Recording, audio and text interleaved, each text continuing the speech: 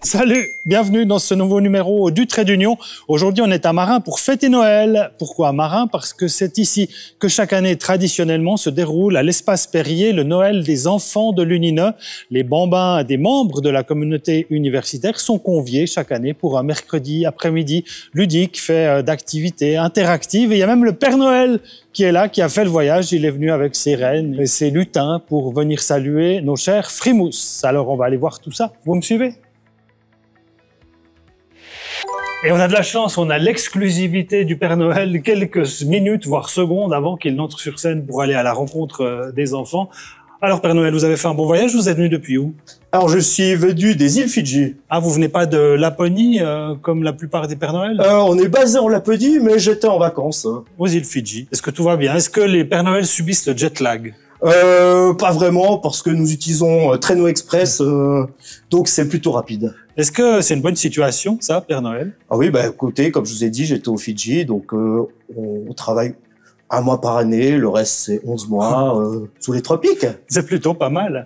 Quel sentiment, quelques secondes avant d'aller sur scène à la rencontre des enfants de l'UNINE? Alors c'est un grand plaisir toujours d'aller rencontrer des enfants. J'imagine que ceux-ci sont tout autant intelligents que leurs parents. Alors on verra ça, on vous laisse la responsabilité de vos propos et puis on va vous laisser aller voir les enfants et on se retrouve un peu après pour faire un petit feedback. On est avec Monique Formoso du bureau social de l'université et c'est la cheville ouvrière de cet événement du Noël des enfants de l'UNINE. Alors est-ce que tout se passe bien? Très très bien, c'est une très belle fête. On vient de voir le spectacle de la compagnie Mine de Rien. C'était très plaisant, très agréable. Qu'est-ce qu'il y a d'autre comme activité que vous proposez cet après-midi? Alors les maquilleuses, donc plutôt les tatoueuses de l'association Maquille-moi. Ouais.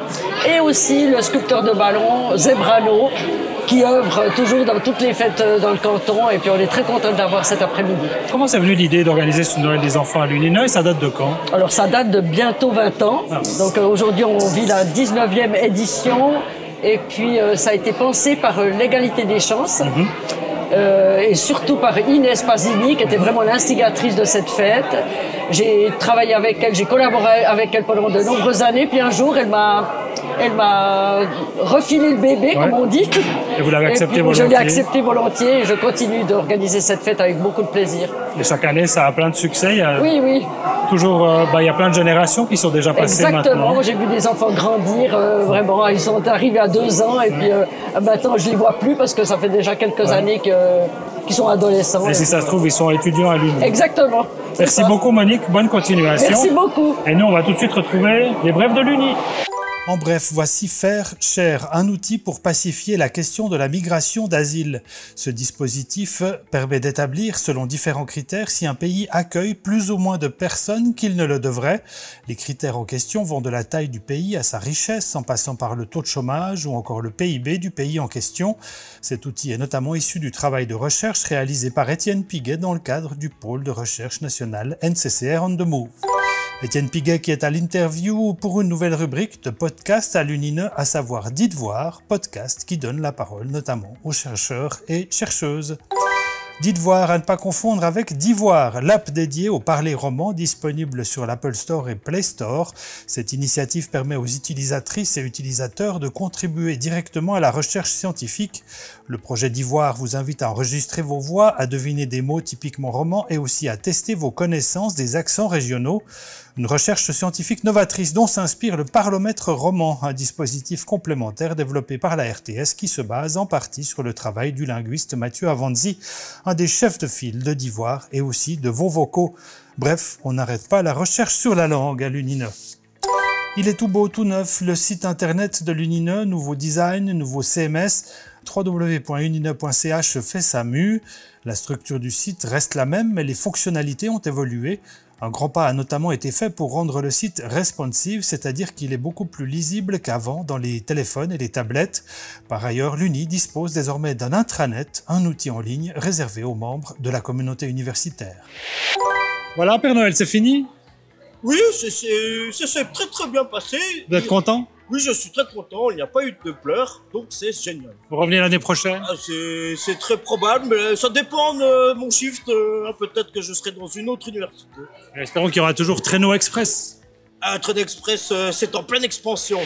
Du côté des publications, on partage avec vous notamment ce mois-ci, si vous aimez les parcours de vie, cet ouvrage, Éloge de la verticalité, parcours de vie d'un sédentaire. C'est en fait la biographie de l'historien Jean-Pierre Gelmini, alumni de l'UNINE, aussi docteur honoris causa de l'UNINE.